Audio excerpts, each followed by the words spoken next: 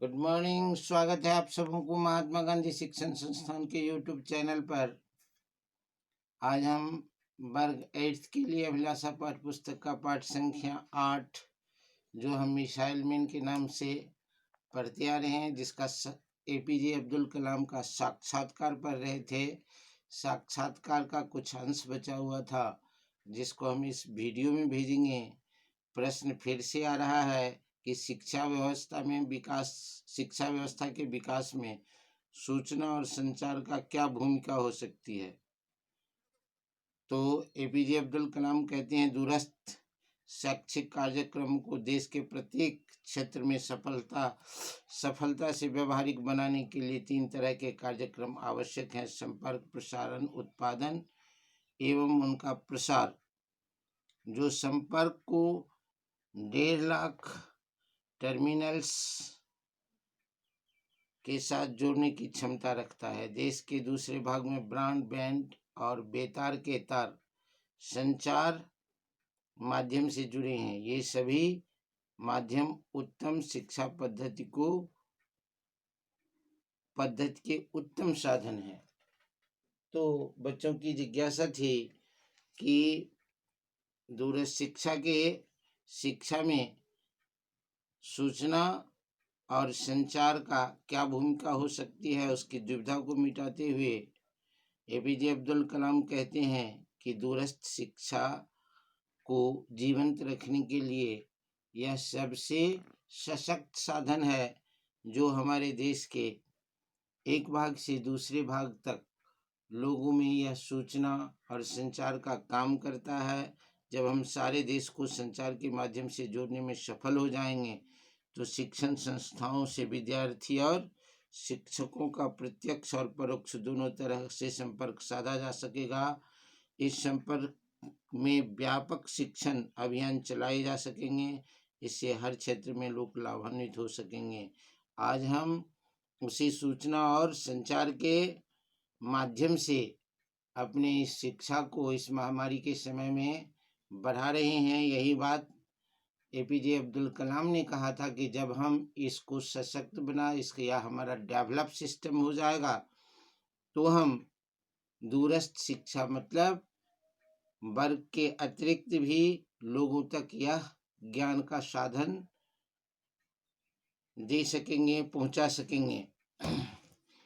परमाणु शक्ति का प्रयोग फिर प्रश्न है, परमाणु शक्ति का प्रयोग अधिकतर विनाशात्मक बम के रूप में ही होता है। इसके सकारात्मक और रचनात्मक प्रयोग के बारे में बताइए। एपीजे अब्दुल कलाम कहते हैं कि परमाणु शक्ति का प्रयोग ऊर्जा उत्पादन और उत्तम कृषि के बीच प्रदीपन हेतु भी किया जाता है।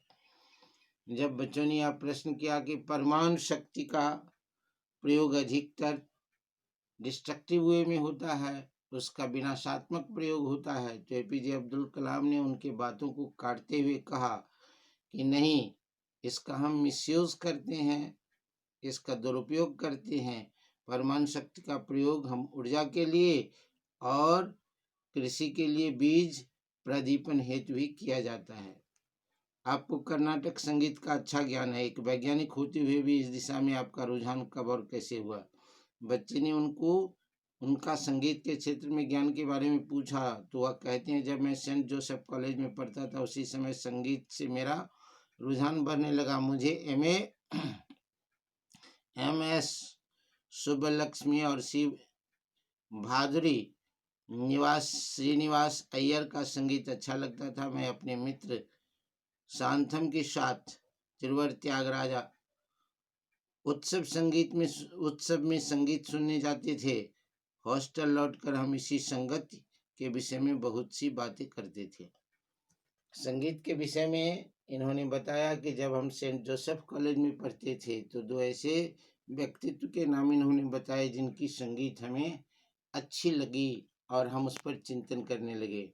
वहाँ से सुन करके आते थे, अपने हॉस्टल में भी इसकी चर्चा करते थे। शिक्षा वस्तुतः यही है, जब वह हमें रुचिकर हो जाता है, तो हम उस क्षेत्र में विकास करने लगते हैं। डॉक्टर कलाम, मैं भारत